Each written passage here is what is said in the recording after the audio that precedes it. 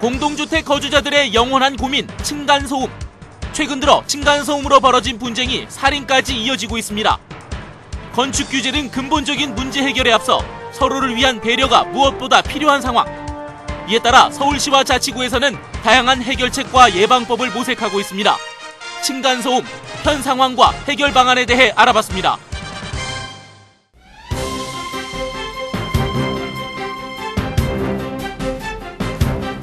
안녕하십니까. 시사기획 이슈인 서울 유창선입니다. 이슈인 서울은 우리 지역의 다양한 소식들을 밀착 심층 취재해 그 정보를 시청자 여러분들과 함께 공유하는 프로그램입니다. 기존의 시각이 아닌 새로운 시각으로 많은 이야기들을 다뤄보려고 합니다. 시청자 여러분께서 앞으로도 많은 애정과 관심을 갖고 지켜봐 주시기를 부탁드립니다. 최근 아파트 층간소음으로 이웃을 살해한 사건이 있었죠. 예나 지금이나 아파트 층간소음은 사회 문제로 대두될 만큼 문제가 심각합니다. 이웃 간에 합의하는 것이 가장 좋지만 이마저도 어려운 세상이다 보니 문제가 더 심각한데요. 그래서 이번 시간에는 층간소음 실태를 알아보고 해결 방법은 없는지 취재 기자와 함께 알아보겠습니다. 오늘 강혜진 기자, 신유철 기자 함께 자리했습니다. 먼저 강혜진 기자, 오늘 처음이죠? 네, 오늘 첫 시간입니다. 네, 반갑습니다. 네, 반갑습니다. 네, 다음 신유철 기자 나오셨네요. 구면이죠? 네, 반갑습니다. 네, 반갑습니다. 네. 먼저 강혜진 기자 취재해 오셨는데 요즘 층간소음 상당히 문제들이 심각해지고 있다면서요? 네, 그렇습니다. 생각보다 정말 이 생활소음에 대한 피해가 정말 컸는데요. 우리 박사님도 좀 느끼시나요? 댁에서 이렇게 층간소음을 좀 느끼세요? 저도 살면서 많이 겪었어요. 아파트 살다 보니까는 특히 그 아이 어렸을 때 키울 때 이때 위아래하고 아주 골치 아픕니다. 신 기자님은 어떠세요? 평소에 좀 느끼시나요? 저희는 지금 1층이어서 저희가 어느 집에 피해를 주는지는 잘 모르겠는데 이제 가끔 뭐 새벽 시간이나 이런 때 고성이 좀 오가면 분명히 좀 안 들리는 건 아니죠. 예, 그렇습니다. 다들 말씀하셨다시피 아파트의 경우에는 이 아래층 사람이 위층 소음 때문에 정신적인 스트레스는 물론 이 심리적인 감정까지 상한다고 합니다. 실제 피해를 입은 주민들을 만나봤습니다. 화면을 함께 만나보시죠. 노원의 한 아파트에 사는 주부 오수미 씨. 2살 된 딸아이가 놀이기구를 탈 때마다 마음을 졸입니다. 아파트 2층에 살지만 아래층에 피해를 주지 않을까 우려되기 때문입니다. 뛰는 소리를 줄여보겠다고 바닥에 매트도 깔았지만 소음은 여전합니다. 뛰어다닐 때 진짜 이거를 말려야 되는지 아니면 그냥 애가 또 흥겹게 뛰는데 그냥 놔둬야 되는지 어느 정도일까 진짜 밑에 내려가서 직접 물어보고 싶을 정도로 그러고요. 실제 위층 소음 때문에 피해를 입은 주부 박 씨는 아파트 경비실을 몇 차례 찾았다고 합니다. 자신도 4살 된 자녀를 키우지만 소음이 너무 심해 보복할 방법까지 고민했다고 합니다. 좀 참고 있다가 한 9시, 10시 넘어가서도 계속되면 또 직접 대면하기는 불편해서 경비실 통해서 연락하고 있었어요. 저도 인터넷 검색해봤죠. 층간소음 보복 방법 이런 거. 물론 실행하진 않았지만 그 정도로 스트레스를 많이 받고 있어요. 예, 보복할 방법까지 고민했다니 이거 스트레스가 그만큼 심한 것 같아요. 네, 그렇습니다. 심지어 요즘에는 이 소음을 내는 피해자가 또 가해자가 되는 경우도 있고요. 또 가해자가 피해자가 되는 경우도 있습니다. 가해자하고 피해자가 이렇게 서로 바뀐다. 이게 또 어떤 경우에 이렇게 되는 거죠? 네, 저도 취재를 하면서 알게 됐습니다. 이 아파트 위층에 사는 이제 집주인의 경우에는 이렇게 아이가 쿵쿵 뛰거나 이제 바닥을 칠 때 아래층에 사는 집주인들이 골프채라든지 아니면 우리 밀대 쓰는 막대 있죠. 이런 걸로 이제 천장을 툭툭 치어서 소리를 되갚는다고 하는데요. 일단 피해자분 한번 만나보시죠. 저 애가 막 뛰고 있는데 갑자기 쿵쿵 소리가 나갖고 정말 이렇게 뭔가 꼬챙이나 이렇게 막대기 같은 걸로 골프채 같은 걸로 천장을 이렇게 치는 일이 있었거든요. 근데 예, 보니까 진짜 이웃 간의 갈등이 심해지게 돼 있네요. 예. 물론 이제 지을 때 소음 안 나게 잘 지면은 이제 최선인데 어차피 이제 지어 놓은 거 그러면은 소음을 좀 덜하게 하는 거라도 좀 차선책 아닐까요? 그렇죠. 요즘에는 이 소음을 줄이기 위해서 여러 가지 방법들이 있습니다. 소음 자체를 모아주는 요 가정용 최근에는 이 층간소음을 해소해주는 가정용 제품들도 많아졌다고 합니다. 네, 저희 같은 경우도 집에 아이가 있다 보니까 아무래도 좀 걱정이 돼서 이사를 좀 갈 때마다 때마다 고민이었는데 사실 네. 그런 거 하나쯤은 어느 아이 있는 집은 다 있는 것 같아요. 요즘에는 뭐 아파트 사시는 분들은 이 매트가 필수품이라고 하는데요. 실제 얼마나 유용한지 직접 알아봤습니다. 아파트에서 어린 자녀를 키운 주부들에게 매트는 필수품이 됐습니다. 매트 종류만도 두께와 디자인에 따라 다양합니다. 매트의 기능은 본래 아이들이 걷거나 뛰어다닐 때 다치지 않도록 하는 안전용. 하지만 언제부터 소음 방지 기능까지 첨부됐습니다. 거실에서 뛰거나 장난감 놀이기구를 탈 경우 매트가 있어 그나마 아이들의 활동 영역도 커지고 있습니다. 아기 출산 준비하면서 이런 얘기 많이 들으니까 아기 안전 문제도 있고 했는데요. 그러니까 아무래도 있으면 없는 것보다는 그 울림이나 그런 게 좀 덜 한다고 생각은 들어요. 네. 소음 덕에 매트 업체는 호황을 누리고 있습니다. 매트를 생산하는 한 업체는 최근 매출이 지난해보다 40% 증가한 데다 1m 두께 매트에서 1.6m까지 두께를 조절해 생산력을 높였습니다. 알록달록한 디자인도 중요하지만 인체나 환경에 유해한지 검증은 필수. 최근에는 일본이나 중국 등 해외 수출도 늘어 매트 기능이 중요시되고 있습니다. 그러니까 이제 매트로 이제 아무래도 이제 쿠션 효과가 있다 보니까 제일 기본적인 건 쿠션이었습니다. 쿠션이니까 이제 그 효과로 인해서 이제 뭐 소음도 아무래도 맨 바닥보다는 조금의 이제 효과가 있을 거고, 그리고 이제 좀 넘어졌을 때 이렇게 조금 다치는 부분도 좀 덜할 거고, 또 아무래도 좀 두께 이제 이런 게 있다 보니까 이제 밑에서 올라오는 이제 한기, 이제 차가운 기운도 좀 막아주고, 이제 그러니까 여러 가지 목적으로 좀 구매를 해주시는 것 같아요. 맞아요. 네. 강혜진 기자. 네. 저 매트 어린이집 가면은 뭐 흔히 이제 보곤 그렇죠. 하던 거란 말이에요. 네. 아무래도 좀 소음 덜하게 하니까 깔아놨을 것 같긴 한데, 네. 진짜로 소음 줄여준다는 뭐 근거 같은 거 있나요?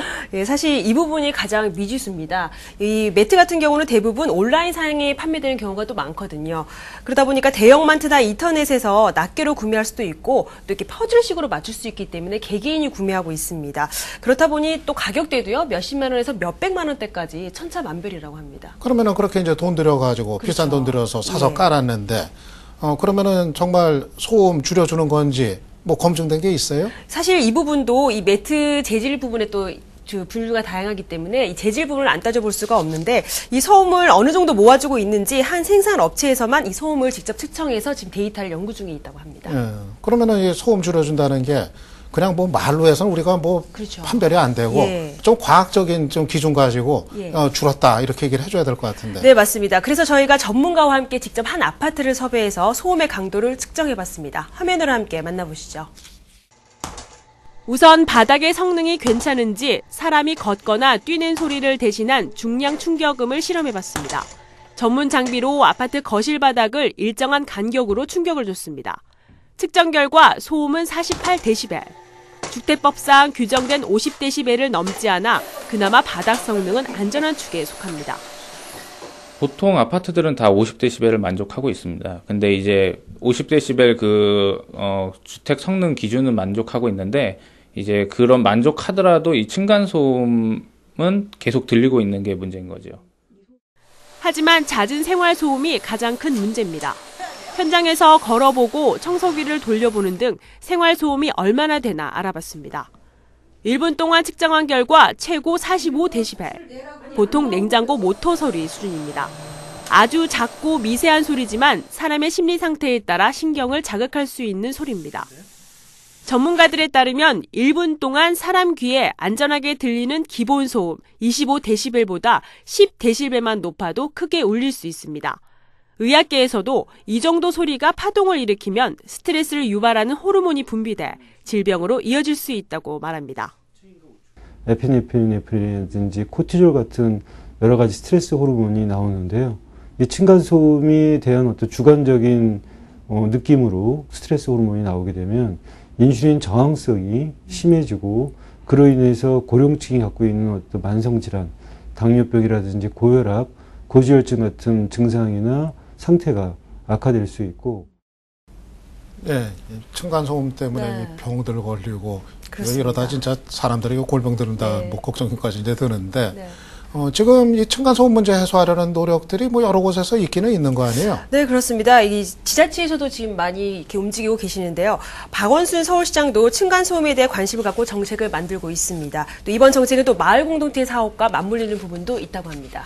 네, 뭐 쉽게 말하자면 그 동네 주민들이 좀 더 소통을 더 할 수 있도록 그런 환경을 좀 만들어 보자 이런 겁니다. 일단 화면을 같이 좀 보시죠. 노원구의 한 아파트 단지입니다. 25년 된 이 아파트는 사소한 층간소음 갈등이 발생하자 올 초 주민들 스스로 분쟁을 조정하는 관리위원회를 만들었습니다. 아파트 관리 규약에도 층간소음을 예방하기 위해 밤 시간대에 지켜야 할 내용을 포함시켰습니다. 사례가 우리 아파트라고 없다고 볼 수는 없는 거기 때문에 그래서 금년 1월부터 이제 분쟁 조정 위원회라고 이제 기구도 이제 만들어 놓고 그다음에 그 내규라든가 이런데 그 이제 서로 이거 질서를 지키는 그런 식으로 어떤 그 세부 그 규칙을 만들어 놨죠. 이 같은 주민들이 자율적으로 만드는 분쟁 조정 기구가 서울 전역에서 만들어질 전망입니다. 아파트 단지별로 협의체를 만들어 분쟁을 스스로 해결할 수 있는 분위기를 만든다는 겁니다. 이를 위해 서울시는 층간소음 분쟁 전담팀도 신설키로 했습니다. 우리 시청자들은 아무래도 서울시 대책을 많이들 궁금해하실 것 같아요. 제가, 강 기자가 좀 자세히 소개해 주시겠어요? 네, 제가 부연 설명을 해드리도록 하겠습니다. 지난 13일 서울시가 이 층간소음에 대한 정책을 발표했습니다. 층간소음 문제 해결 방안으로 크게 두 가지 부분으로 나눠서 지원을 한다고 밝혔는데요. 하나는 기술적인 가이드라인이고요. 또 다른 하나는 이 주민들끼리 스스로 조정하는 주민 자율 조정입니다. 두 가지 방안인데 네. 그러면 그 두 가지 방안이 글쎄 얼마만큼 효과가 얻을지 어떻게 신 기자 어떻게 예상하세요? 일단 시작 부분이어서 좀 더 고민을 좀 더 해볼 필요는 있겠지만 그래도 층간소음을 전담하는 팀을 또 만들겠다고 하고 또 아파트 관리 규약에 또 층간소음 분쟁에 관련된 부분들을 의무적으로 좀 집어넣겠다고 하니까 아무래도 좀 어느 정도 진척이 있을지는 좀 더 두고 봐야 할 부분인 것 같습니다. 일단은 그 동네 정서에 맞게 기준과 또 벌칙을 정해서 그것들을 관리 규약으로 좀 지켜보자 이런 거거든요. 일단 자세한 내용을 좀 화면으로 좀 보면서 설명을 해드리겠습니다. 서울시가 잦은 층간소음 문제에 적극적으로 개입해 문제 해결을 유도할 예정입니다. 우선 아파트 주민들이 참여하는 조정위원회를 두고 자율적으로 조정하도록 할 방침입니다. 또 단지별로 층간소음 협약을 제정하고 문제를 사전에 방지하도록 할 계획입니다. 피해자나 발생자, 조정위원들이 함께해서 우선 1차적인 조정을 해보고 거기서 해결되면 되고 이제 안 될 경우에는 주민조정위원회를 거쳐서 시정권고를 하고 또 안 되면 주민조정위원회에서 2차 시정권고를 하고 그래서 안 될 경우에는 그 내부의 벌칙 규정 같은 걸 정해서 자율조정으로 해결이 어려운 다가구나 연립주택은 서울시가 해결 전담팀을 꾸려 전문 상담을 진행하겠다고 밝혔습니다. 예, 강 기자. 네. 이런 방안도 이제 의미는 뭐 분명히 있는 것 같은데, 네. 근데 일단 층간소음이 발생한 이후 이제 대책이란 말이에요. 그렇죠. 좀 근본적인 해결책으로는 좀 한계가 있지 않을까요? 네, 그렇습니다. 일단 지어진 집들에 대해서는 실제 지금 어떻게 조율을 해보겠다는 방안은 딱히 나와 있지 않고요. 건축 대책이 없기 때문에 무엇보다 이웃 간의 소통을 통해서 서로 분쟁을 줄여보자는 뜻에서 이번에 사업이 시작된 것 같습니다. 신 기자는 어떻게 생각하세요? 네, 그래서 이 개선이 어려운 기존의 공동주택에 대해서는 미리 소음 정도를 좀 측정을 해서 입주민들에게 미리 알려주는 겁니다. 그래서 아파트에 이사 오기 전에 이 정보를 좀 보고 아파트를 선택하는 기준으로 삼아보자 이런 얘기가 좀 나오고 있는 겁니다. 미리 알고서 선택해서 들어간다. 뭐 그것도 괜찮을 것 같은데. 예. 이 일을 지금 시행하기 위해서는 이제 국회에서 이제 법으로 좀 만들어서 어느 정도 좀 긍정적인 움직임까지 일고 있습니다. 국회 환경노동위원회에 올라와 있는 관련 법안만 3건. 건축 기준을 강화하거나 소음 기준을 만들어 분쟁을 해결하는 2가지 방법이 거론되고 있습니다. 우선 새로 짓는 아파트 등 공동주택에 대해서는 사전에 소음 정도를 측정해 입주자들에게 의무적으로 공개하는 방안이 유력하게 제기되고 있습니다. 층간소음 정도가 거주할 아파트를 선택하는 중요한 요소가 된다면 자연스럽게 건설사들이 층간소음에 관심을 갖게 될 거란 판단입니다. 주택을 구매하거나 또 때로는 전시회 이런 소유자들 입장에서 층간소음 기준 정도에 따라서 자기가 집을 선택할 수 있는 그런 법적 기준을 이 법에 의해서 확보할 수 있습니다. 김 의원은 층간소음을 다루고 있는 소리진동관리법이 빠르면 다음 달 국회 본회의를 통과할 것으로 보고 있습니다. 예, 일단 저대로 시행이 되면은 뭐 상당히 뭐 파급 효과가 있을 것 같은데. 네, 그렇죠. 보시다시피 결국은 이 건설사들이 아파트를 더 잘 지게끔 등 떠밀어서 좀 이렇게 그런 환경을 좀 만들어보자, 이런 취지가 좀 있는 겁니다. 예, 잘 짓게 한다. 사실 뭐 잘 짓게 하면은 뭐 문제가 뭐 다 해결될 것 같은데. 네. 사실 이 아파트 건설사 취재를 하다 보니까 정말 특이한 사항을 또 몇 가지 발견을 했습니다. 한 아파트 단지 내에서도 이 층간마다 소음이 정말 다르다고 하는데요. 박사님이 304호에 사시고 우리 신 기자님이 303호에 사실 경우에 이 호수마다 층간의 또 소음 정도가 다르다고 합니다. 그건 왜 그래요? 예, 제가 좀 더 풀어보면 공사를 어떻게 했느냐에 따라서 이 층간소음이 크게 발생하느냐 아니면 발생하지 않느냐, 이런 차이까지도 생길 수 있다는 겁니다. 규제도 좋지만 공사 과정에 대한 검토가 좀 더 필요하다는 목소리가 이 시점에서 나오는 거거든요. 때문에 관련법 개정의 그 빠른 시일을 좀 두고 좀 처리하는 것보다는 좀 더 시간을 두고 각계의 입장을 좀 더 들어보자 하는 목소리도 높습니다. 아파트 한 개 동의 평균값을 공개할 경우 실효성이 떨어져 모든 아파트 세대를 측정하고 공개해야 한다는 주장도 있습니다. 부동산 등 재산 문제와 밀접한 문제인 만큼 법 개정에 앞서 전문가들과 건설업체들의 의견 수렴 과정이 필요하다는 입장도 있습니다. 자체는 반드시 필요하다고 보고요. 근데 이제 이 법 자체가 너무 성급하게 앞서갔을 때는 어떤 여러 가지 어떤 부작용들은 양상이 될 것 같습니다. 뭐 민사소송이라든가 이런 부분을 통해서 위층과 아래층 간에 어떤 이웃사촌이라는 개념 자체는 더 희석되는 그런 어떤 효과도, 뜻하지 않는 역효과도 좀 나타날 것 같습니다. 또 현재 형식적으로 시행되는 바닥구조 검증을 준공 이후에 실질적으로 인증받도록 보완할 필요가 있다는 목소리도 나오고 있습니다. 정부나 지자체에서 층간소음에 대해서 다양한 대책을 강구하고 있는 걸로 알고 있습니다. 그런데 그 최종적인 목적은 입주민이 층간소음 피해를 안 보여야 합니다. 그래서 아파트 준공 시에 층간소음에 대해서 실사를 하고 인증해주는 방법을 도입하는 것이 필요하다고 봅니다. 아파트 건축 기준 강화는 근본적인 대안이라는 측면에서 관심을 모으고 있습니다. 정부도 아파트 바닥 기준을 강화하는 방안을 마련 중인 것으로 알려져 관련 규제가 더 늘어날 전망입니다. 바닥 두께와 충격음 기준치를 모두 만족해야 사업 승인을 받을 수 있는 국토부의 새 규정은 내년 3월쯤 시행에 들어갈 것으로 보입니다. 예, 신 기자. 그러니까 지금 당장 뭐 법 고치는 것보다 먼저 지금 공법에 대해서라도 제대로 검증하자, 뭐 이제 그런 얘기인 거죠. 네, 그렇습니다. 현재 바닥구조 검증 시스템은 아파트 건설 사업 승인을 받기 전에 샘플을 테스트한 다음에 그것을 기준 안에 이제 그 샘플이 기준 안에 들어가면 그것으로 이제 사업 승인을 받는 건데요. 사실 여기서의 맹점은 이렇게 승인을 받고 난 다음에 준공될 때까지 이거를 제대로 다시 한번 검증할 수 있는 방법이 아직까지는 없다는 게 좀 문제입니다. 예. 네, 그래서 나오는 이 한결같은 지적이 아파트를 다 짓고 난 다음에도 이 바닥에 대한 그 층간소음을 실사를 해서 다시 한번 그 검증할 수 있는 시스템을 만들어보자, 이런 얘기가 나오는 겁니다. 또 말미에 그 국토부에 대한 얘기를 제가 잠깐 했는데요. 국토부에서도 최근 층간소음을 주요 국정과제로 꼽아서 박근혜 대통령에게 보고하기도 해서 층간소음에 대한 규제 분명히 보완이 급물살을 탈 것으로 보입니다. 예, 강 기자, 지금 뭐 규제든 법이든 뭐 내년까지는 좀 많이 바뀔 것 같은데. 박근혜 대통령도 얼마 전에 뭐 창조경제다, 층간소음 줄이는 거 그 얘기 했더라고요. 사실 근데 지금 규제나 뭐 관련법이나 뭐 여러 가지 얘기들이 나오고 있는데요. 실제 주민들은 앞으로 지어질 집보다는 지금 내가 살고 있는 집의 이 소음을 어떻게 피해를 줄일 것인가, 그거에 대해서 가장 많이 고민을 하고 있습니다. 오히려 지금 현재 갈등을 겪고 있는 우리 이웃들에게 가장 완성되고 좀 논리적으로 이해할 수 있는 그런 법제도가 가장 절실히 필요하지 않을까 싶습니다. 예, 오늘 두 분 말씀 통해 가지고 층간소음 문제 이모저모 잘 알 수 있게 됐습니다. 두 분 수고 많으셨습니다. 네, 고맙습니다.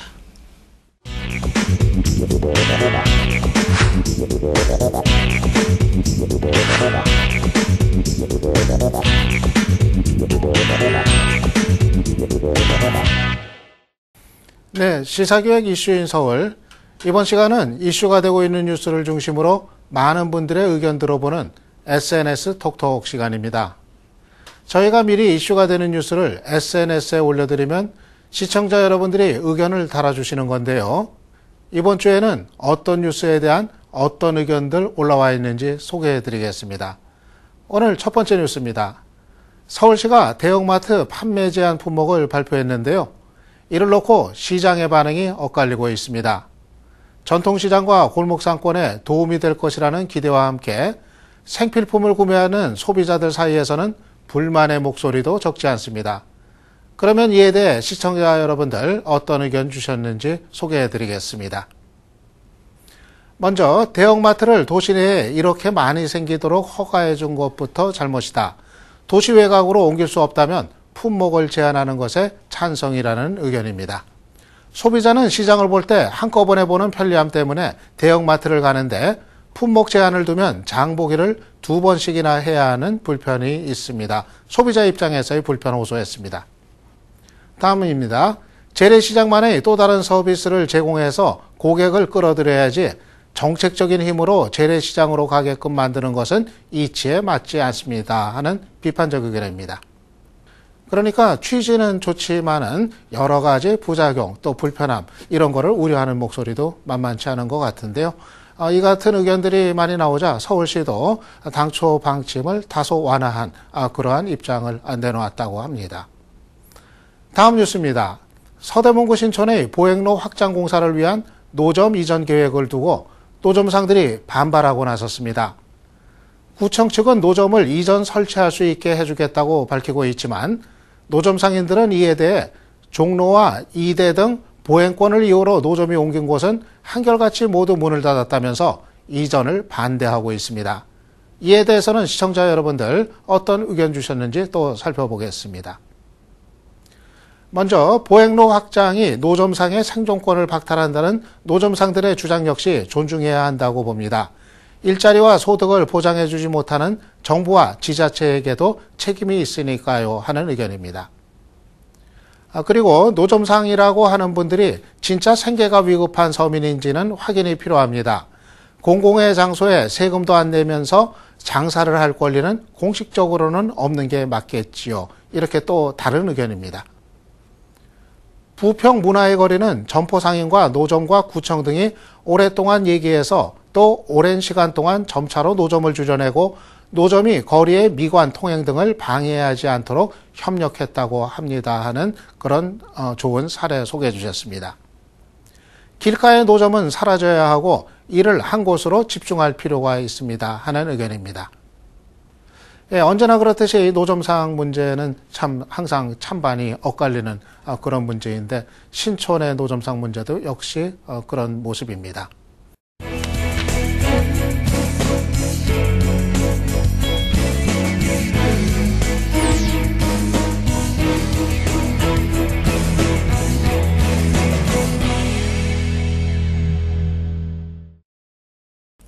네, 오늘 시사기획 이슈인 서울 어떻게 보셨습니까? 공동주택의 층간소음 문제는 어제 오늘의 일은 아니지만 최근 들어 끔찍한 일들이 동반되면서 그 문제가 더욱 부각되고 있는데요. 한 연구에 따르면 위아래층 주민들의 다양한 교류 활동이 서로에 대한 이해도와 배려심을 높여 층간소음에 대한 문제제기와 다툼을 어느 정도 감소시킬 수 있다고 합니다. 물론 문제를 해결할 수 있는 근본적인 해결책은 아니지만 현재 문제를 겪고 있는 공동주택 입주자분들의 고민들이 조금이나마 해결될 수 있기를 기대해 봅니다. 저희 시사기획 이슈인 서울은 시청자 여러분들과 함께하고 있습니다. 매주 새로운 주제가 올라오는 SNS 톡톡에 많은 의견 부탁드립니다. 그러면 저는 다음 시간에 다시 인사드리겠습니다. 오늘 시청해 주셔서 감사합니다.